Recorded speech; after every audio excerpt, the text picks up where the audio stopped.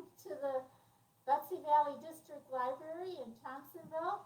My name is Betsy, and we are proud to present a wonderful and informative program called Remembering the Civil War Through Artifacts and Music. And it's presented by Mr. John Milks, and he is a Civil War reenactor and a combat veteran. And he is going to share his extensive Civil War collection and share some of the stories behind the pieces. And he's also going to entertain us with some Civil War era songs. And he also composed some songs himself, so we're looking forward to that. We're also joined by the lovely ladies of the Honor Historical Society, Shantel and Aunt Marie, and they are dressed in clothing that depicts Civil War era styles at the time, and we're excited to have them here. They're also going to be talking about the role of women during the Civil War. So we hope you enjoy our live program, and feel free to ask questions, post them in the comments, and John will answer those after the presentation. So with that, on with the show. My goodness. Thank you very much, Betsy. Wow. Ladies here at the Betsy Valley Library have been really working hard to get this all set up. It's just such an honor for us to be here. We thank you very much. I'm not just quite sure how to get things started off, so let's go back to when I was a little boy watching Captain Kangaroo. And Burl Ives came on one day and he played a song about peanuts. This is an actual Civil War folk song. Soldiers made it up. Sitting by the roadside on a summer day, chatting with my messmates, passing time away, sitting in the shadows underneath the trees. Goodness, how delicious, eating goober peas. Peas, peas, peas, peas, eating goober peas. Goodness, how delicious, eating goober peas. When a farmer passes, the soldiers have a ruse. They crowd out their loudest, "Hey, mister, here's your mule." The plunder is a pleasure with these charming southern thieves, but they'd rather wear their grinders out and eat goober peas. Peas, peas, peas, peas, eating goober peas. Goodness, how delicious, eating goober peas. Just before the battle, the general hears a row. Says, "Yanks is coming, I hear their rifles now." Turns around and wonders, oh, what do you suppose he sees? Georgia militia eating goober peas. Peas, peas, peas, peas, eating goober peas. Goodness, how delicious, eating goober peas. Well, I think the song has lasted almost long enough. The subject is quite interesting, but the rhymes are getting tough. When this war is over, we'll flee from rags and fleas, all our wives and sweethearts, and gobble goober peas. Peas, peas, peas, peas, eating goober peas. Goodness, how delicious, eating goober peas.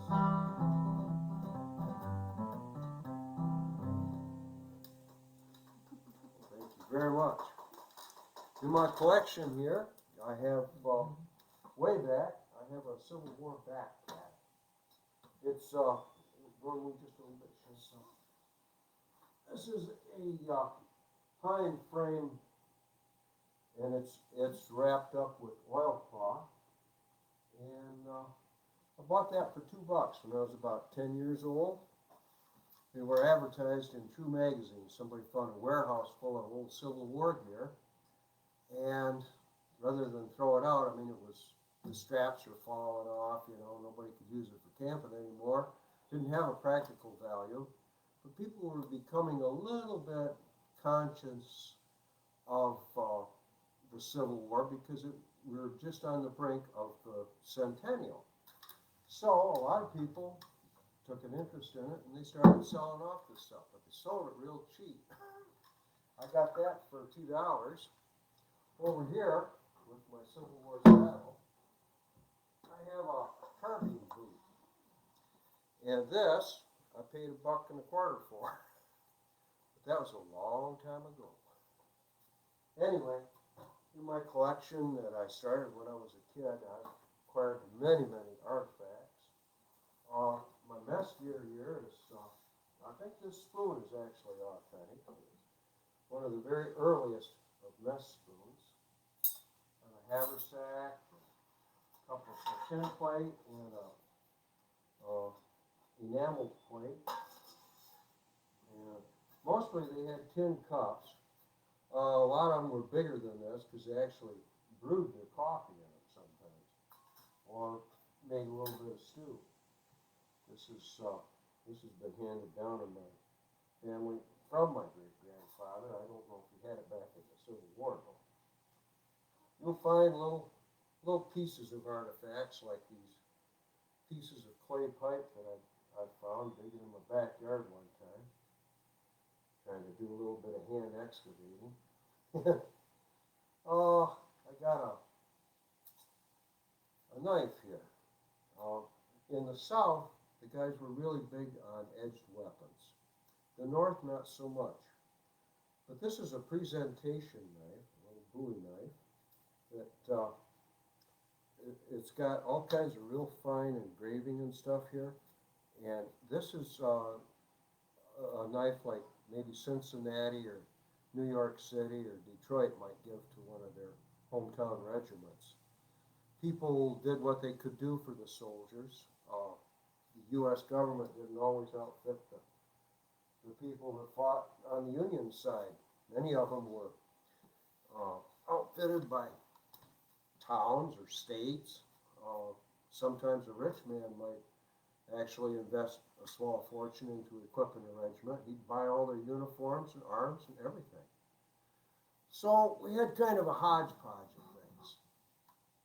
But there was eventually some standardization as time went by. To begin with, a soldier's kit was pretty well filled out, but it weighed a lot. The main thing to remember about Civil War soldiers, North or South, they went just about everywhere on foot. Trains were big then, and they got a fast ride maybe for a little ways, but they'd have a long walk to the train and a hell of a long walk after they got done. When they were walking, they started getting rid of things that weighed too much.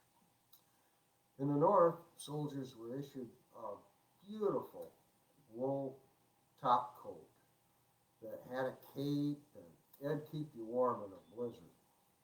But you can imagine, as you're walking hundreds of miles down south, up and down mountain ranges, and maybe even through swamps, why, you'd think you might need that coat less and less, and you threw it away. They wound up taking just a few possibles, putting it in their blanket, rolling it up, and throwing the blanket over their shoulder and tying that off. They hung onto the canteen, and they hung onto the haversack, and a cup, and just a few of the very basic essentials. This was true North and South. Cavalrymen made it a little better because they had a horse to carry them around, but they lived pretty lean too, and gee whiz, everybody would just get exhausted on the march, whether he was in the infantry or the cavalry. If a cavalryman was sleeping really good, somebody would come around and steal his boots.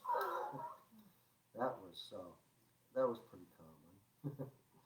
Anyway, sometimes artillerists got given boots too, but for the most part, Civil War footgear was just a simple leather shoe. It came up about ankle high. They mass-produced them, and they made them in a little bit different sizes, small, medium, and large, I suppose. The thing is, they were made they could go on the left foot or the right foot. No matter which foot you put them on at first and they're new, well, they were uncomfortable. But after you got them wet and let them dry on your feet while you marched a couple hundred miles. They got to be pretty form-fitting, and I've heard that they're quite comfortable. I haven't bought a pair yet, but I might. Anyway, they endured some tremendous hardships in their daily camp life. If you look at the rosters of how many men enlisted and how many died in combat, how many died of disease, how many were medically discharged, and how many were left at the end of the war, it's really appalling. We lost over 627,000 soldiers in the Civil War. That's counting North and South, but we're all Americans. It was a tremendous thing. And I am descended from a man who served in the Ohio Volunteer Infantry, and his unit was one of the few that lost more in combat than they did camp death.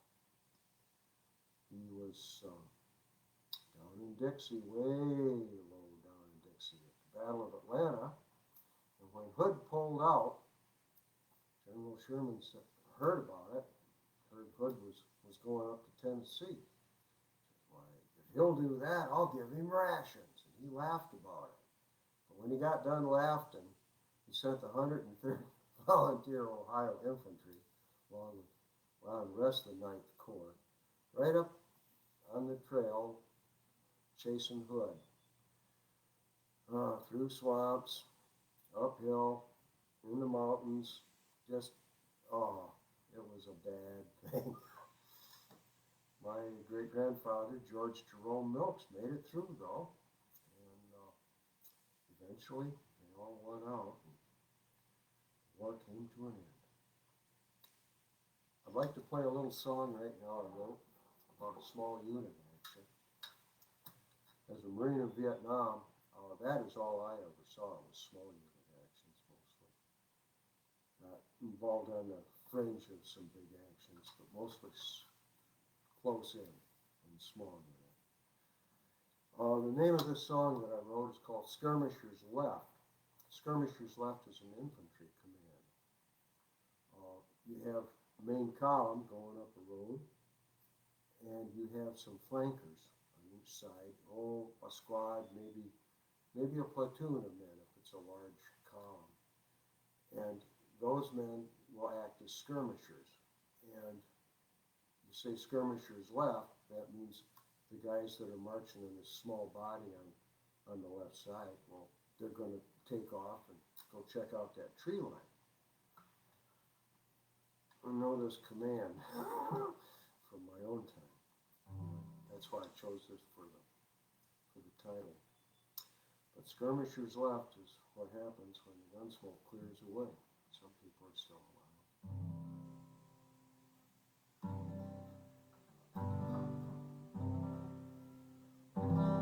Powder smoke was hanging low, the rebel flag would fly no more. About 30 Southern boys were lying dead when I walked up to that fence line and I looked down in the grass. I heard a died officer's last words. Oh, you fire till you see the eagle on the brass buttons on them damn Yankee coats. Take a deep breath, give the rebel a yell. We'll blow straight to hell. May the Lord have mercy on their souls. Mr. Russell, could you give me just a little sip of water? My throat is feeling mighty parched and dry. As I pulled up my canteen and wet his lips with the water, I saw the light pass from his eyes. In his bloody fist was clenched a tin-tack picture of a woman and a very small child. To his heart it was pressed beside the hole in his chest. May God have mercy on us all.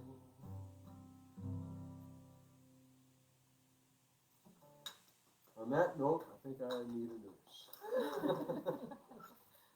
Present my daughter, Shantel Sellers, and please speak. Thank you. I can sit here again. Okay, make sure you get right in there and speak up loud. Outside voice. So that was a lovely and very moving song, and I would like to just say that at our hospitals, we do not make any distinction between our southern and our northern patients. All are there for convalescence. There are many nurses who work in field hospitals, and field hospitals are the ones that people are more familiar with, probably. These are, tents and fields and big houses that are set up with people dragging them straight off the battlefield, which is a frightening and horrid experience. And I have indeed worked in field hospitals. I'm very pleased now to work in one of the stationary hospitals in Philadelphia. We have all manner of illness and wounds here. Not many people survive long with the chest injury, but we do have many that have been injured in their arms or legs. Very often those limbs have to be removed, and very often the patient dies. We do our very best to keep them alive, and as a nurse, I don't really give a lot of medicine. That actually is a job for men, but as a woman, I do what I can. So sometimes it's not so easy to get a hold of medicine, so we have our own little home remedies. This is my own peppermint tea, which is very nice for an upset tummy. It doesn't do much against dysentery. Now that is a bad business, dysentery. You really want to avoid that. I also have this for more extreme cases, and this is laudanum. Laudanum is a mixture of whiskey and opium, and it does help people sleep. It can be a little addictive, but it is also easily purchased in any pharmacy. And another home remedy of mine, we won't say anything about this to the surgeons, but this is brandy. I find that a lot of the boys sleep better if they have just a little draught before the lights go out at night. I keep with me many fresh bandages. I keep twine to help to tie them in place. It's always a good idea to have a fresh sling. Now all of these things, as you can imagine, become very soiled throughout the day, not just with what we might think of as the usual blood and pus and such unpleasantness, but also sometimes the products of dysentery or vomit, tears, sadly. So a big part of my duties as a nurse is, as you might guess, laundry. So much laundry. Now we find that the best thing to do with it is to boil it. I like to boil it with good, strong lye soap. I find that helps to kill the lice. We've also found something interesting too. We've been using horsehair to make sutures, and in order to get the horsehair to bend easily, we boil it first, just like we do the laundry.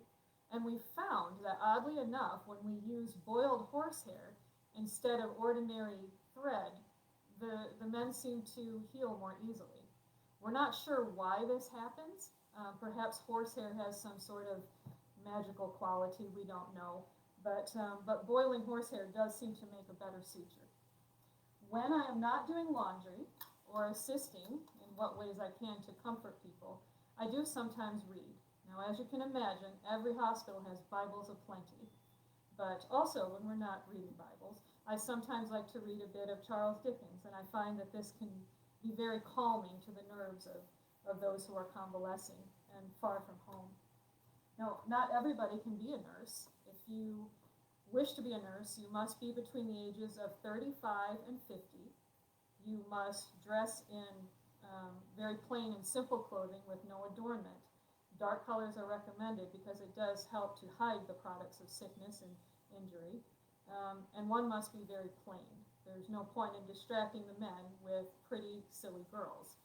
And so, as a mother myself, I do what I can I have 2 boys, and although the boys in the hospital are not my own, I do fret so. And there is nothing that can be done but just to do what you can. So literally to roll up one's sleeves and go to work. And so I do what I can, as much as I can, until this horrible war is over.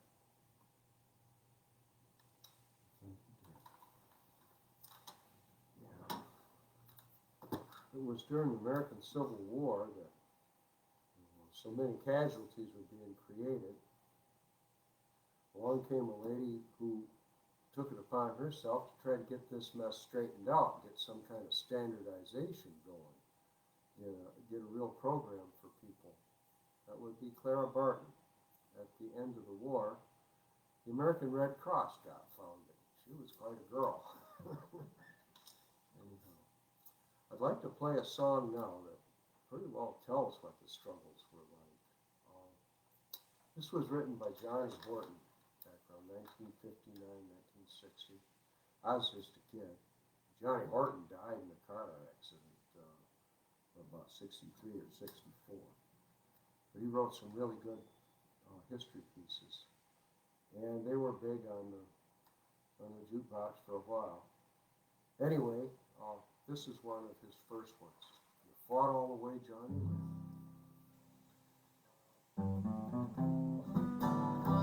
It's in the key of C, I know that. Anyway. You fought all the way, Johnny Rip, Johnny Rip.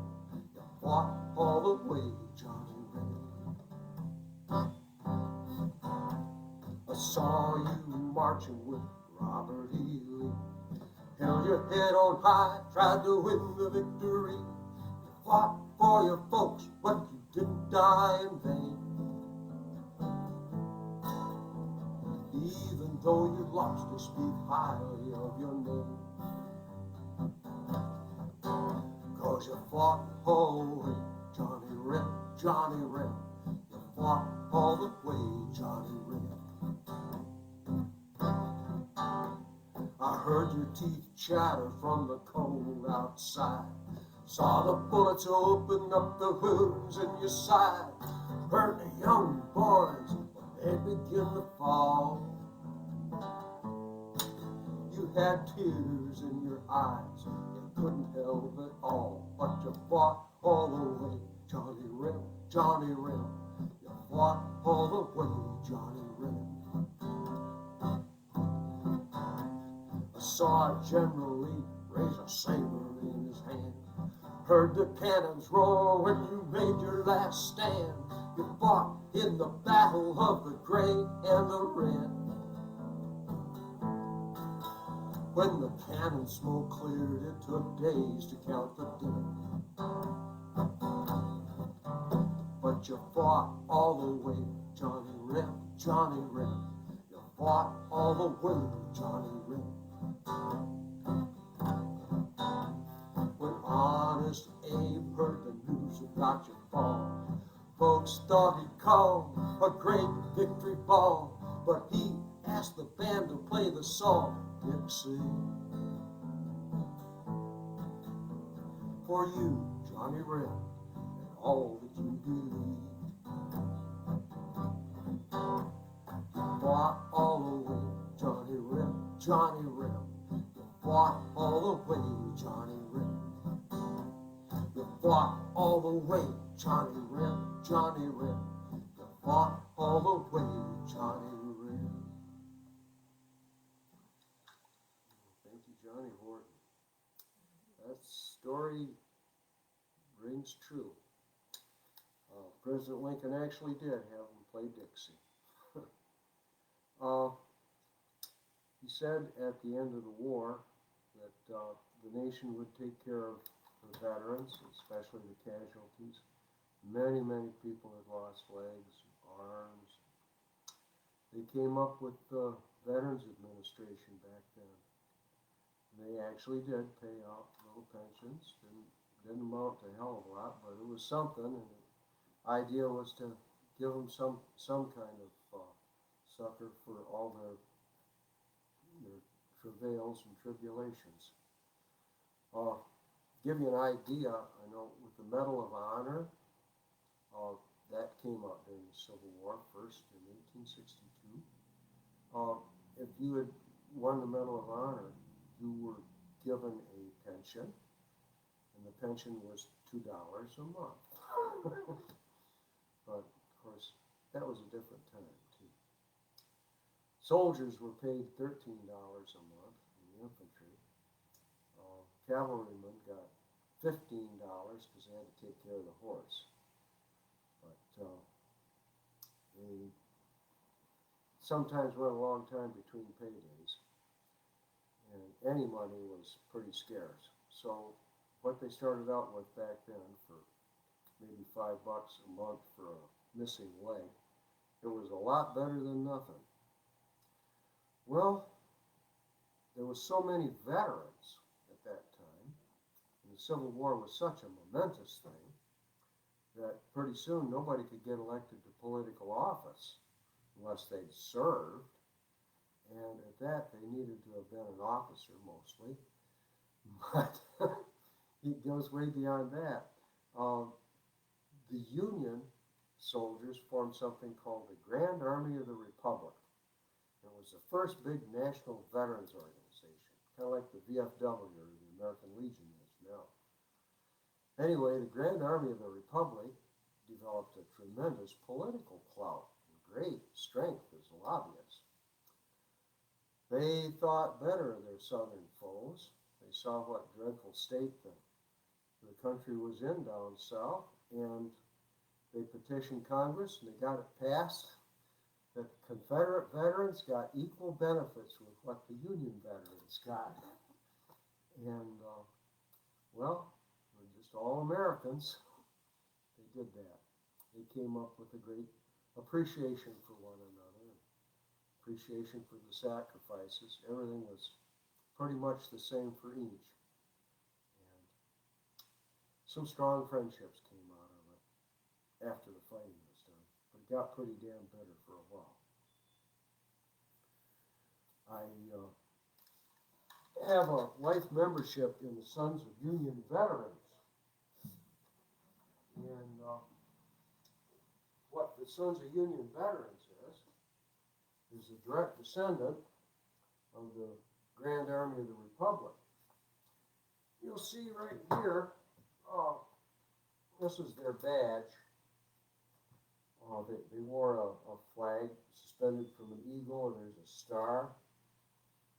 Yeah, this one's missing the flag, but the pendant is there.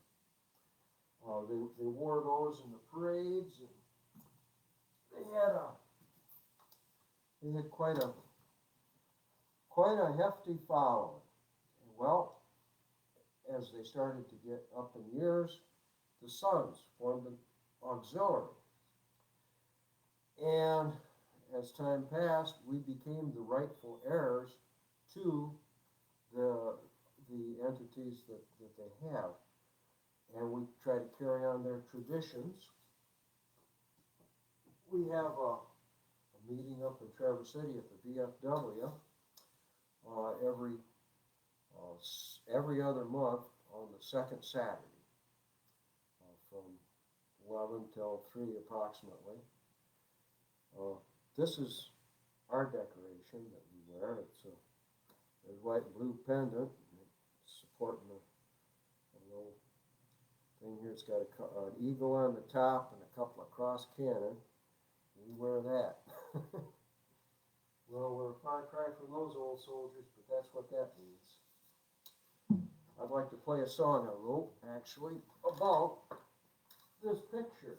I was working at an Army surplus store at the time. Shantel, would you hold that so people can see it better? Thank you. Anyway, it's called Faded Ribbons. The flags and the pendants fade, but I was looking at some old uniforms that we had in the surplus store and reflected on my own back home, and ribbons just fade. But they need quite a bit. Faded ribbons on an old man's chest, eagles and stars, all tarnished brass. tell a story of long ago, of hellfire, danger, hurt, pain, and woe. That's hellfire, danger, hurt, pain, and woe. They play their drum as they march along, as they did for the captain when they were young. They sweat and shivered, they killed and cried. The war is over, but it never will be inside. No, no, no, not ever inside. Was it in September, that tragic time? Or maybe November, we was on the line. Turn back the enemy in a last-ditch fight. I turned to my friend to share a smoke where the soft bayonet sticking in his throat. There it was, right in his throat. Faded ribbons on an old man's chest, eagles and stars of tarnished brass. Tell the story of long ago, of hellfire, danger, hurt, pain, and woe. That's hellfire, danger, hurt, and mostly woe.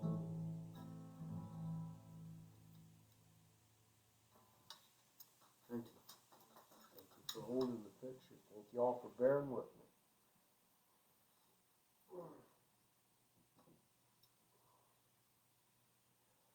Well, right here I have some artifacts I'd like to show you.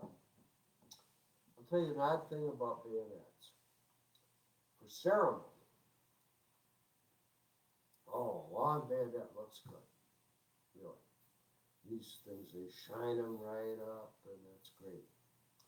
But now this is true from World War II bayonets that I have also. As the war goes on, people have trouble with a longer blade, especially you put it on the end of a rifle, and the rifle gets really cumbersome, especially if there's a bunch of people in the tight area. So the bayonets start getting shorter. This is about an 1863 or 64 bayonet. This one is from either 1854 or maybe even 1872. They were using this same type of bayonet, but they got to be much longer after the war. During the war, at the height of it, they were much shorter.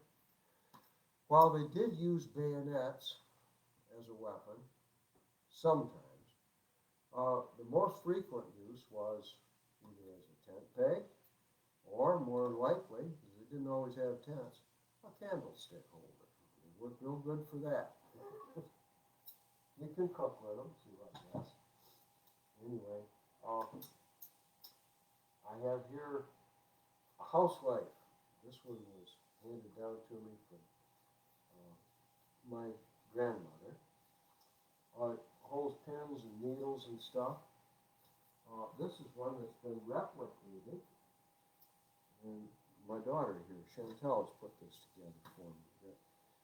Got some thread in there and some needles. And well, whatever clothes you had with you, you had to make them last.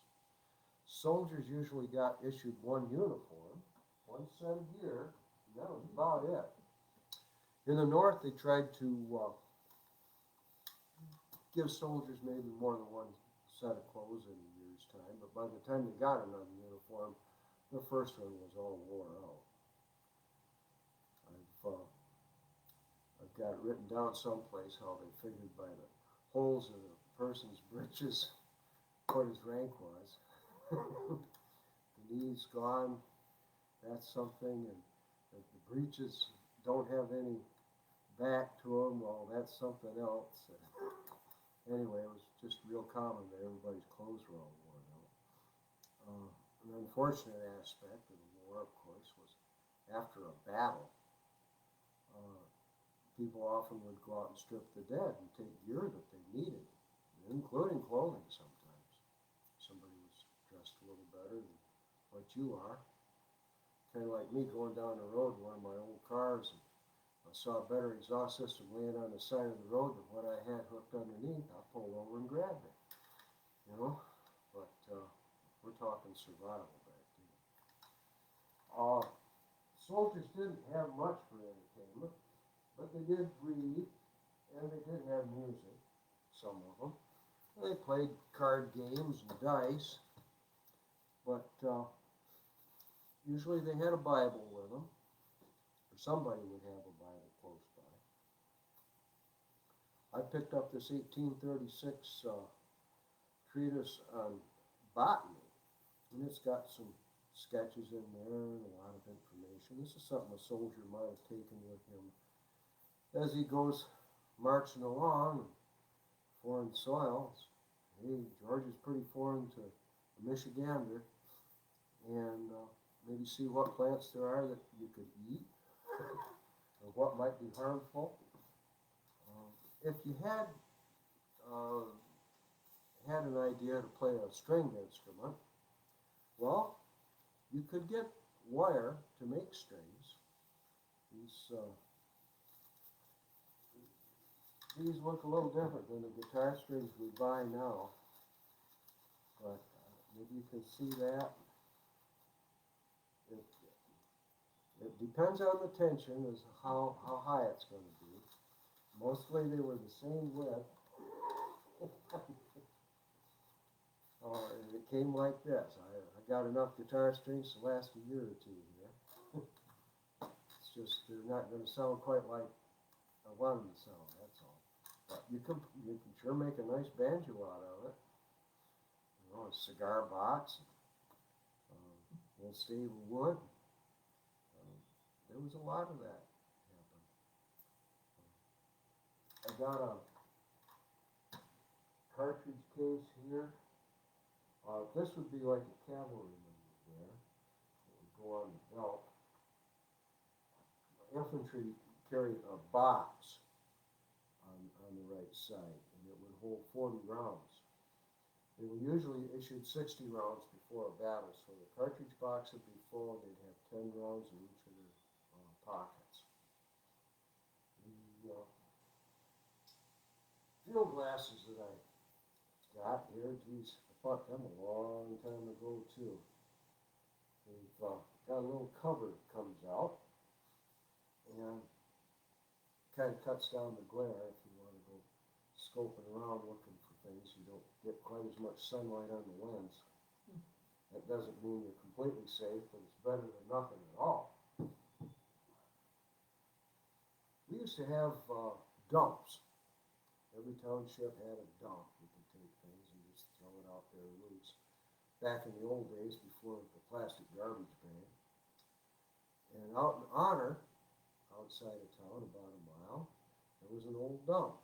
And I went out there and I was pawing around, and I found this. It was attached to a rusted fender, and there wasn't anything else left of the car. And I looked at it again. I see somebody had modified an old Army bugle. This is all that's left, but that's government issue brass. Old things don't mean much to some people, and for a long time didn't mean much to anybody. But we have come a long way since then. If we don't look at our past, we'll make the same mistakes, I'm afraid.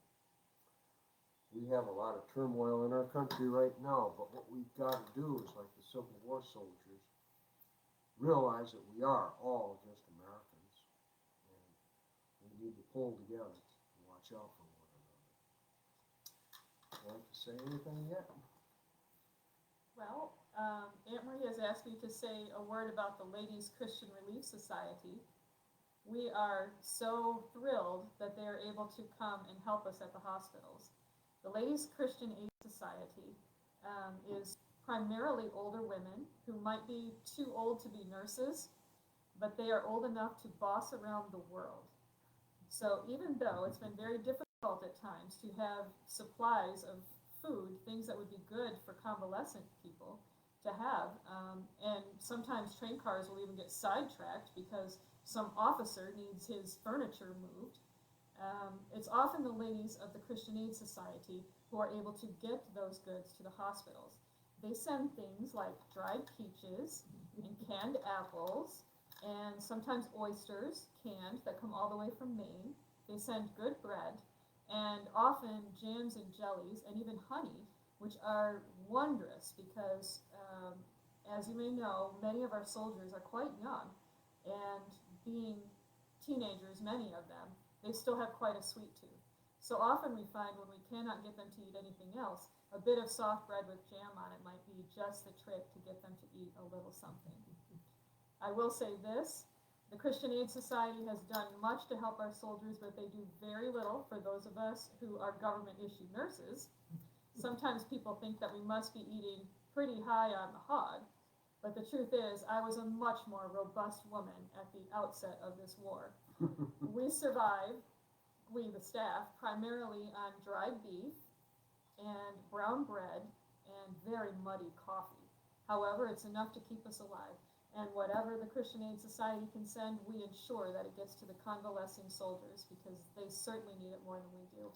But we're so thankful for them. When they aren't preparing food and rolling bandages, often they come and read, and they also do much to write letters. Many of the soldiers cannot read or write. Some have been injured or ill in such a way that they might not be able to read or write even though they could prior to their illness or injury. So again, it's often the ladies who step in to fill that void and to make it possible for soldiers to communicate and in many ways reach a good outcome of their convalescence. So we're very thankful for them. They make darn good chicken Right. soup, too. They make good chicken soup. Oh. Let's see.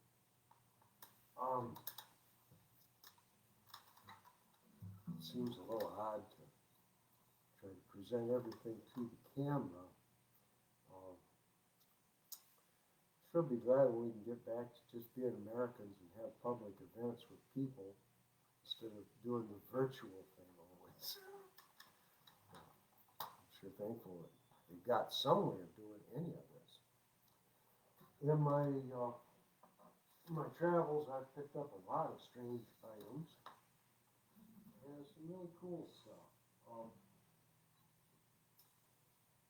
They had to make tools and weapons. From a file, a blacksmith made this pike. And it's fairly sharp, could be used as a weapon. It could be used to grapple logs, certainly. But this is a wrench. This also, both of these have been made out of a file. This has also been made out of a file. This is probably something more for a wagon master or perhaps an artillery unit. You have some rolling stock in the artillery. To my knowledge, there weren't really any battles fought with pikes, but Home Guard trained with them a lot, especially in the South. Can I say a word about those? Sure. I happen to be very interested in medieval history, and pikes have a very long history. The reason that they have this funny shape is because these are very good for foot soldiers to pull down people who are mounted. And because they're mounted on a very long pole, you can reach up with them and you use the hook part to snag whoever is on the horse, pull them down, and then, do what you must, and then send them to the hospital if they can make it that far. Yeah. But that's what the pike is, so that's interesting. That's a handy little gadget to have. That's a handy gift. It's heavier than you Well, I'm would not think. letting go of it. Mhm. I got it at a yard sale in a box of stuff for $1. Both of these items. I got a real wrench now. I don't need that old homemade thing. You know. Well, if you ever need to pull down a mounted invader, you're well equipped. Yeah, you can see the hole here where a keeper was set through. They made a slot, or maybe in a shaft, and then drilled it out, and then they put a keeper through this hole so to retain it. So I have a question for you, Nurse Shantel. Oh, Did the nurses get paid like the soldiers did? that's a wonderful question. So some nurses did get paid. It depended on how you became a nurse. If you were recruited by Dorothea Dix, or Dragon Dix as she was known, again, never argue with a white-haired woman, you will lose. Dorothea Dix was amazing, and she organized a tremendous nurse corps. I would say that they probably accounted for perhaps 25% of the nurses who served during the Civil War. And these nurses were given a pension after the war as well. So they received a small amount. I want to say it was like maybe $5 a month, something like that. It was hard work. But the vast majority of nurses were not paid at all. They just came as volunteers. Some of them came because they might have a relative, perhaps a son or a husband, who had been injured and was in a hospital, so they would come and try to nurse their own back to health. But once they got there and seeing the suffering of others, they would stay. Others were women who had escaped slavery from the South, and when they got north, they would do anything they could to help along in the war effort. And so these women often went to work in the hospitals. One woman even became a doctor. I cannot remember her name, forgive me, but she was the first African-American woman to become a physician in the United States. And her medical career began as a nurse during the Civil War. So even though some women had a very well-documented history, like Mother Bickerdike also organized, she was more like a Christian Aid Society lady, but she became just a fierce advocate for soldiers, and they loved her so much they called her Mother. She was the boss of everybody. At one point, she was at a hospital, I think it was in Tennessee, and there was a young lieutenant who was a surgeon. He was supposed to be on duty, but he was drunk. And he was enjoying a bit of brandy, I guess, in the back room, and Mother Bickerdike saw him in there, picked him up by the scruff of the neck and his trousers, and threw him out the door. Well, this lieutenant was much put off by this, so he went straight to General Sherman and reported Mother Bickerdike. He said, this old woman came in there, and do you know she accosted me, and she grabbed me by my trousers and threw me out. And Sherman said, was she an older woman? Was it Mother Bickerdike? And he said, yes, sir, it was. And he said, well, there's nothing I can do about it. She outranks me. But after the war, Mother Bickerdike and her nurses did not receive a pension, and they were not paid during the war. So it was definitely a case where women saw that something needed to be done, and they did their duty. They did anything they could, and that makes me very proud. As a woman, as a veteran myself, I have so much respect for those that will serve in any capacity that the country will allow. Thank you. I have a question for John. Were there any moments of peace between opposite troops before a battle, like some sort of game they played long distance in the neutral zone before going to war the next day? Well, they often would have lines not too far apart from one another, and more often, not just before a battle, but during long periods of stagnation, where they would trade back and forth. They often did that.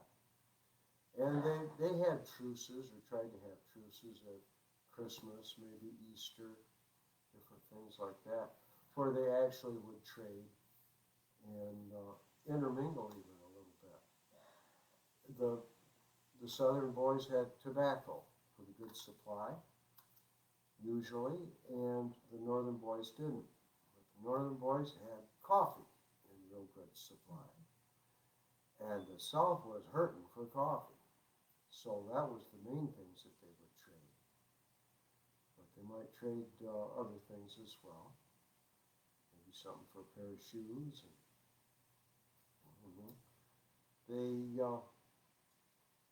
they had kind of a close rivalry going there. But they'd let the guard down and treat each other as human beings sometimes too. So that brings up a second question. Along the south and north border, obviously you're having families that are fighting against each other. How did they deal with that? You know, if they came across a relative, would they just kind of walk away, or? Well, usually people would know if a family member was on the opposing side what their unit was, but not always. And they met each other as belligerents will. And it was a horrid thing, but that was it. It really was brother against brother. There's a story about a Confederate sharpshooter who was especially good. And he had picked off some people in this Union camp. And the commander had a little council with his NCOs and gave them some strategy and what to do. And they ferreted the guy out and they shot him. But this is after he'd made like 10 kills. He was good. He'd shoot and he would move. Shoot and move. Crack shot that never missed. Well, reported they got the sniper. Bring him in. Okay, they brought him in. The officer looked, that was his son. He taught the boy how to shoot like that. Anyway. I was just going to ask John and Shantel, how did you get interested in starting to collect memorabilia? And was it your love of history? Question to each of you. Myself, as a small boy, I wasn't a very good student. I had spent an awful lot of time with my grandmother, who was born in 1878, just 70 years before I was. She had a different perspective on life than what was going around with the other kids, you know. They got the young family thing. My mom was 37 when I was born, and she was trying to help my stepfather get a business going, so I got raised pretty much by my grandma until I was 11. She read to me a lot. One of my favorite poems was Ode to the Blue and the Gray. It's about the Civil War, and she explained what that was. And she told me about Yankee Doodle, and that kind of got my interest sparked. And of course, Grandma was always drifting back and telling me about earlier times before cars or airplanes, and what it was like living in the 1800s. So I was just cued right into that. I wanted to hear about it. I got a little toy plastic wheel on a wagon, and I'd watch it. I'd draw it across the shelf, and I'd watch the light play tricks on the spokes. It looks like while you're drawing the wagon this way, the wheel is turning that way. You ever watch that?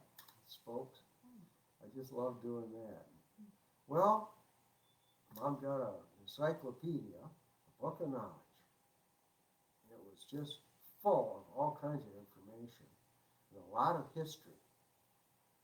I was most interested in United States history, although I like looking at stuff from Egyptology and what the Mayans had, but I like to focus in on things that had to do with the United States and our country. Geez, we've just got a marvelous, exciting history to read about. A lot of wars. It's been violent and bloody sometimes. But in the end, we created this wonderful nation. And I was just caught up in it. I'd read that. Mom was glad I was reading. Gosh, when I was in the 4th grade, they tested me out. I had graded at 11th grade, 4th month level when I was about, what's that, 8? Something like that. Anyway, I was just fascinated with it. And that's what I played. I'd get out in the thicket, and I played soldier a lot. And my favorite toys were little toy soldiers. And I've got a really nice collection now. Anyway, I just always been fascinated by it since boyhood. And when it came up for a chance for me to get something, an actual piece of history, I did, and I hung on to it, like that backpack for $2. $2 is not a lot of money to us today, but at 25 cents an hour, that's a lot of leaf raking for a kid, you know? Got to put things in scope. It was a major expense. Well, for me, this guy is my dad, so you can imagine what our bookshelves look like at home. And I was a voracious reader as a child, so I read about General Grant and the Alamo and all of these different things. And I'm also a Native American. I'm a Grand Traverse Band member, and so history is an important part for our family on the other side too, on Mom's side. So I love American history, but over the years I really have developed a pretty strong interest in kind of Western European history, particularly military history. What I really love are stories about women, which it's hard to sort that out from military history, but what I find is that much of history is written according to certain battles and which land got conquered when and who was in charge of that and who was the new leader and so on. But although those battles and those wars become the milestones of marking history, it's the stories of the people that you find between the lines that have always fascinated me. And so it's from that I just am really inspired. And I don't have nearly the collection that Dad has as far as just artifacts, but it did inspire me to learn to sew, and I do reenactment for different eras and thoroughly enjoy it. I love sharing history, my love of history, and the excitement that I still get every time I hear a new story. I just want to share it with somebody. So that's why it's so fun to get to do this tonight. Thank you, Shantel. Just real quick question, Aunt Marie, how did you get interested in becoming a member of the Honor Historical Society? What drove you for history to be your passion as well? Well, I've always been, or I shouldn't say always, I got interested in the Civil War in my 40s. But I was working and didn't have time to really do a lot of research on it. So after I retired, I started reading on it. And I have to tell you, I did not know one general from the South from a general from the North. I had to, when they said General Longstreet, I had to go to the encyclopedia and look it up and find out what side he was on. I really knew nothing about it. But after I got started, it's so interesting that I couldn't read enough about it. I started buying books. I have a whole library of them.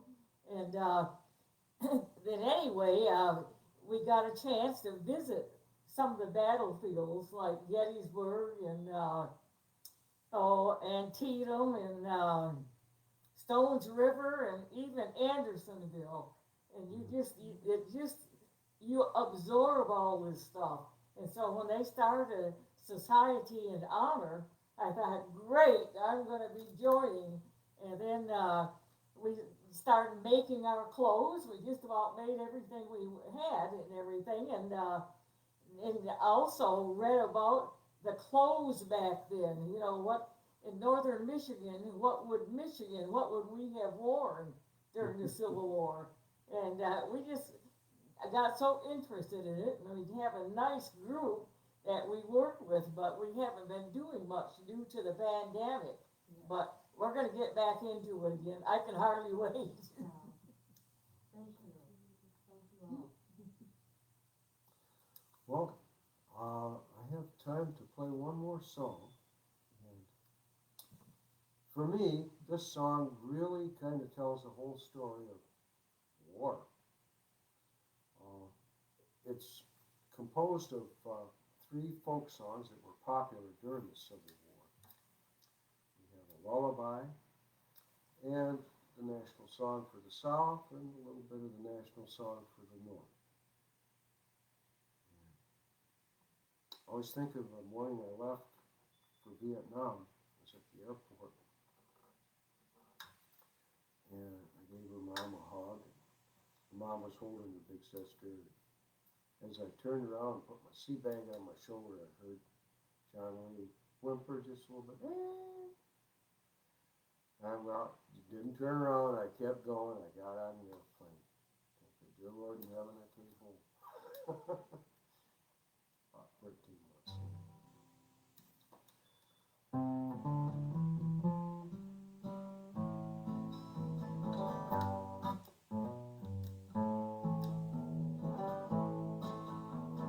Hush, little baby, now don't you cry. Even though your daddy might surely die. All my sorrow soon be over. Shovels in the land of cotton, old times there are not forgotten. Look away, oh look away, Dixieland.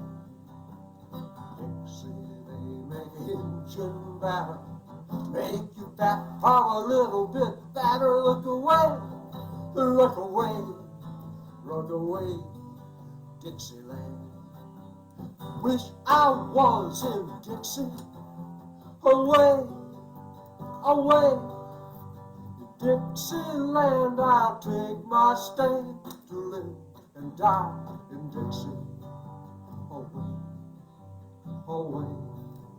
Away down south in Dixie.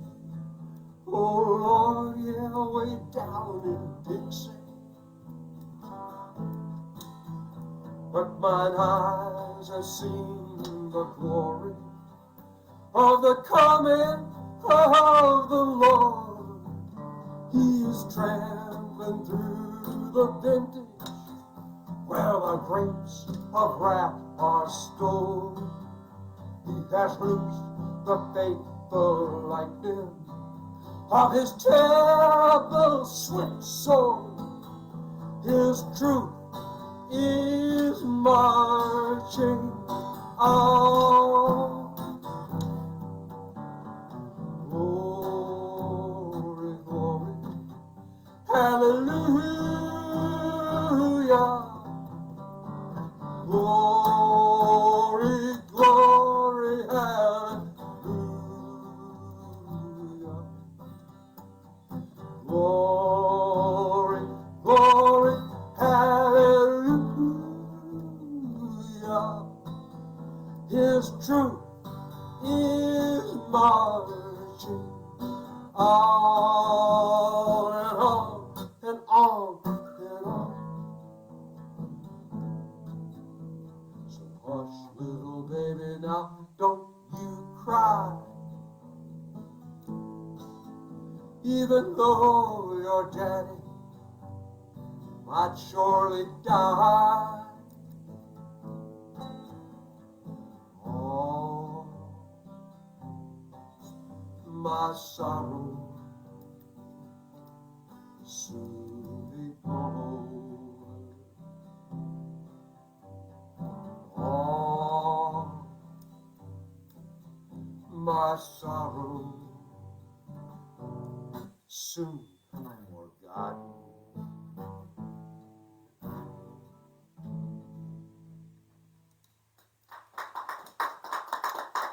very much, everyone. God bless you all.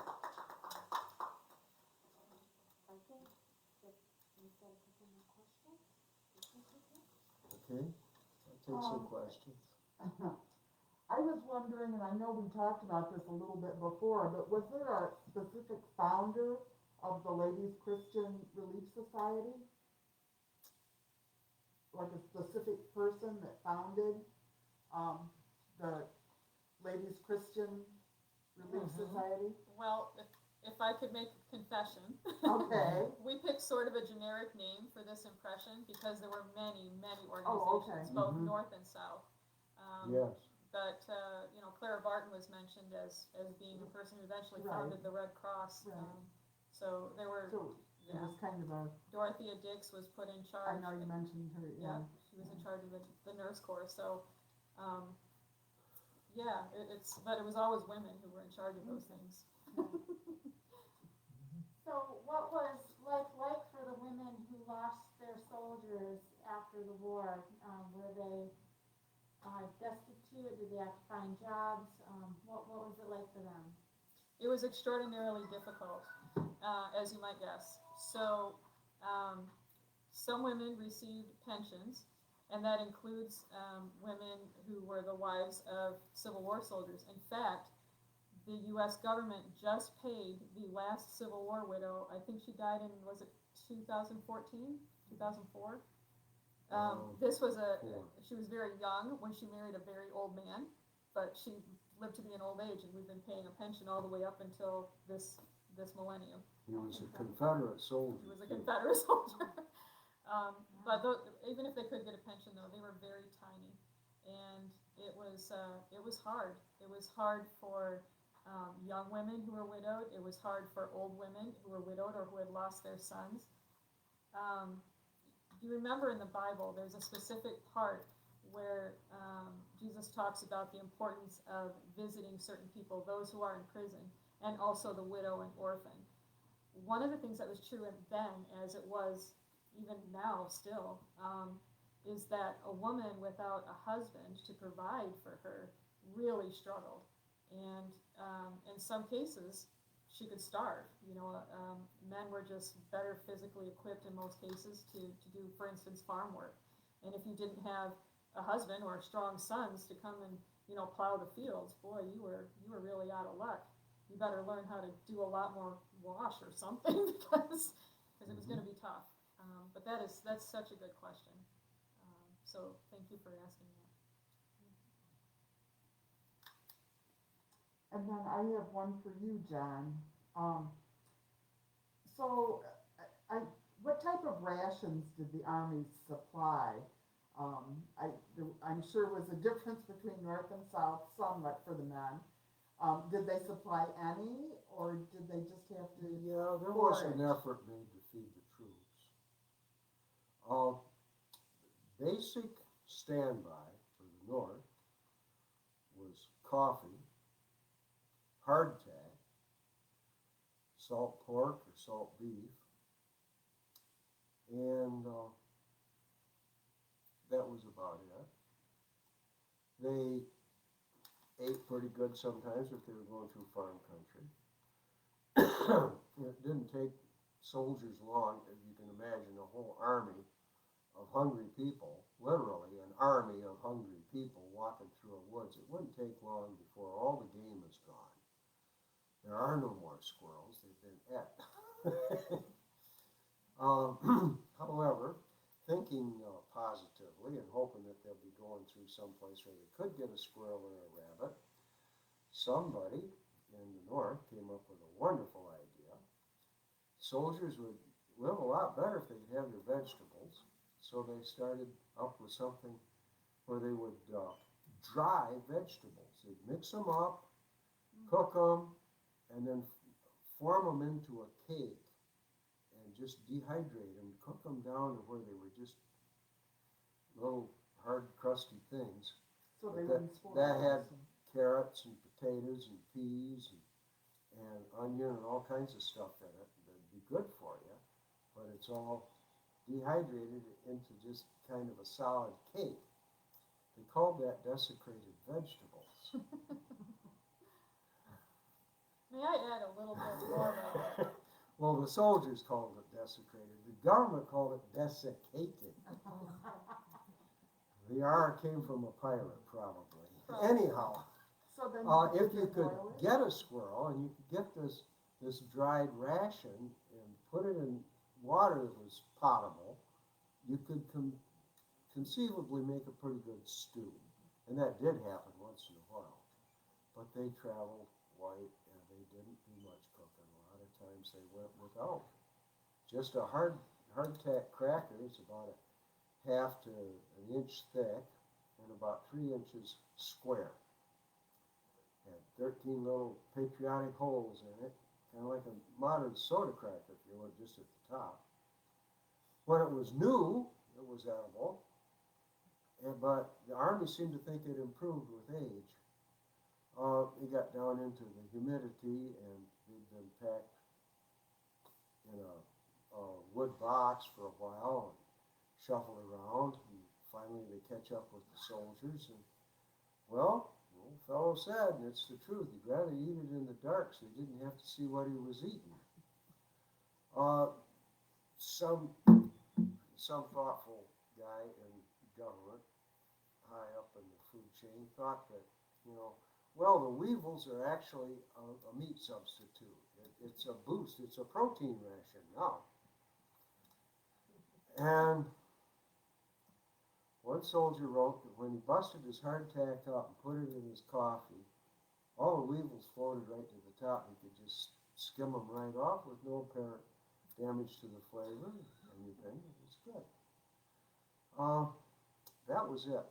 The Confederates, they didn't have coffee, they did have tobacco, and they usually had cornbread. Sometimes they had hardtack too. Anytime they caught some rations from federal wagons, well, they always scarfed right up anything that they could get from federal troops. But the cornbread that they ate was probably not as good as the cornbread we have today, but it was the best they could make. What I didn't realize when I was a little boy growing up is cornbread goes by another name, which my grandma always called it. And I thought they named it after me because I just loved it when I was little. It's Johnny Cane. Well, years later I discovered that's what folks in the north called it. It's not necessarily what they call it down south. Refers to Johnny Reb. Anyway, I love my cornbread. Can I add a little bit about the food? Please. So one thing I know that they used to do to cook the bread when they were in the field, they would actually take their bayonet and they would wrap the dough around it and then they'd stick it in the fire. So it didn't turn out very good. It would be really usually burnt on the outside and maybe doughy on the inside, but that was one way they cooked it. The other thing was that depending on where you were and who you were, there might be civilians who would cook for you. And at the Battle of Gettysburg, there was one particular family, the Wades. There was a mother and two daughters, the youngest of which was a girl named Genevieve. They called her Ginny. Ginny was 19 years old, and she had a fiancé who was fighting for the North and a cousin who was fighting for the South in the Battle of Gettysburg. So here they were right in their own town and didn't know each other were there.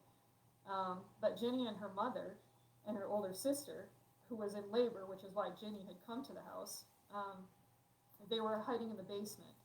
And some soldiers came, Yankees, and the Wades were a Union family. So they asked if they would make them some bread. And so the women said they thought they could do that. And so they started. They were not very long in the process when all of a sudden a stray bullet came through the door and went straight into Ginny's heart. And she was dead before she hit the floor. It was devastating. So mother and I don't know who else took her downstairs and laid her body down in the basement, and they were going to just hide down there where they're hearing all of this shelling and these bullets whizzing around all over the place outside. And then after a little while, someone came into the basement, and it was 3 Union soldiers, and they came to Mrs. Wade, and they came to Mrs. Wade and said, Mother, will you fix us some bread? We haven't had anything to eat in 3 days. And these were Union soldiers that supposedly were well supplied. I don't know how Mrs. Wade had the courage to do it, but she did. She came out of that basement with her daughter lying dead, and she stood in that same kitchen where her daughter had just been killed, probably still with blood on the floor, and she finished baking the bread so that those guys would have something to eat.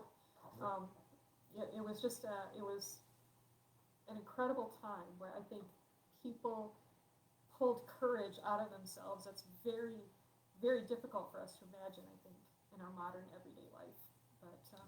But Jenny Wade was actually the only civilian who was killed at Gettysburg, which is an amazing thing to think about when you consider the number of bullets, the number of shells, the shocking tragedy and devastation of that area. But and Jenny's fiance was also killed, as was her cousin. So yeah, it was very difficult for the Wades. And none of them knew about the death of the other two. No, they didn't. I don't remember either of their names, but I know the fiance and the cousin were from the Culp family, and Culp's Hill is one of the important landmarks in the Gettysburg battlefield.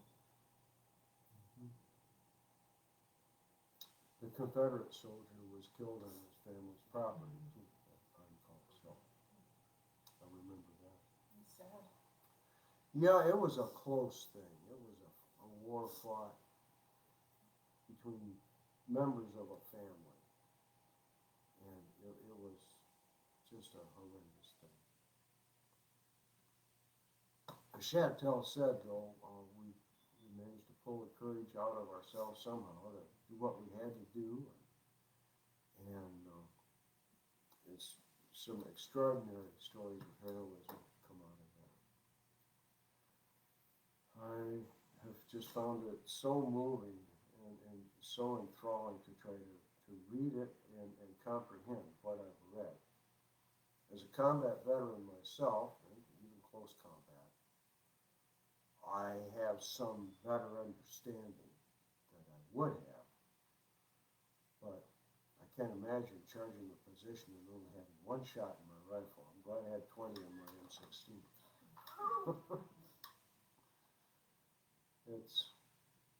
It's all here in the books in the library. And God bless these ladies for keeping this Betsy Valley Library going and keeping it well stocked.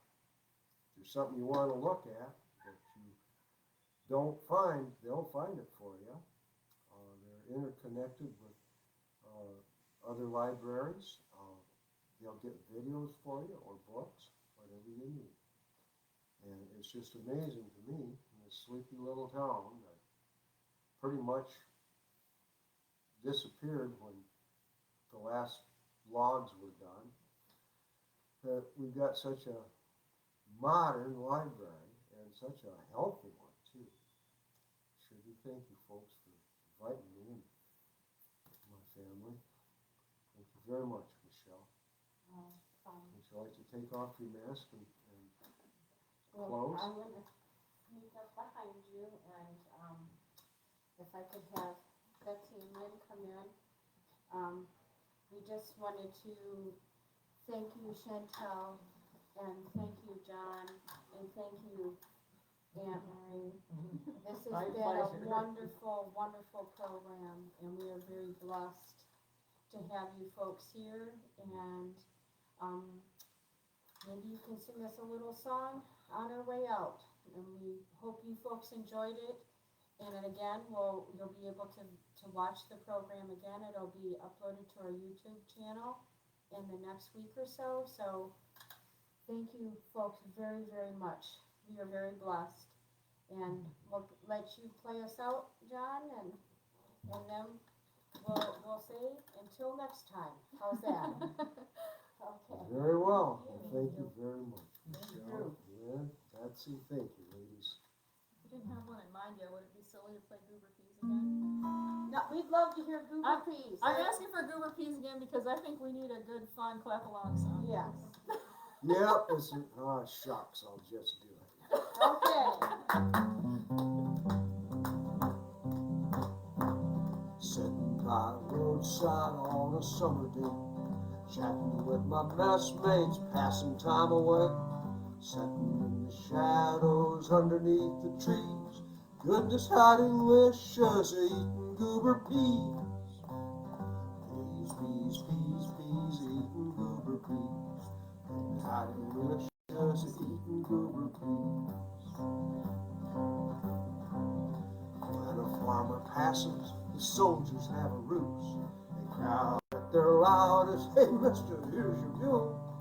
Wonder, it's a pleasure with these charming southern thieves, but they'd rather wear their grinders out eating goober peas.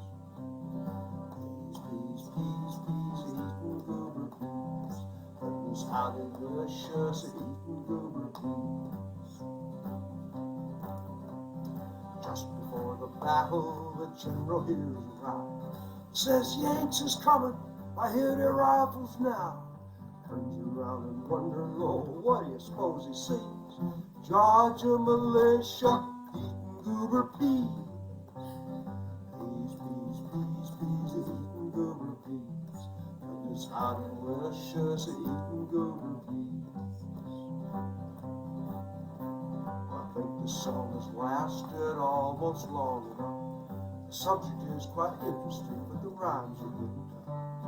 When this war is over, we'll flee from rags and fleas. All our wives and sweethearts gobble goober peas. Peas, peas, peas, peas, eating goober peas. Goodness, how delicious, eating goober peas.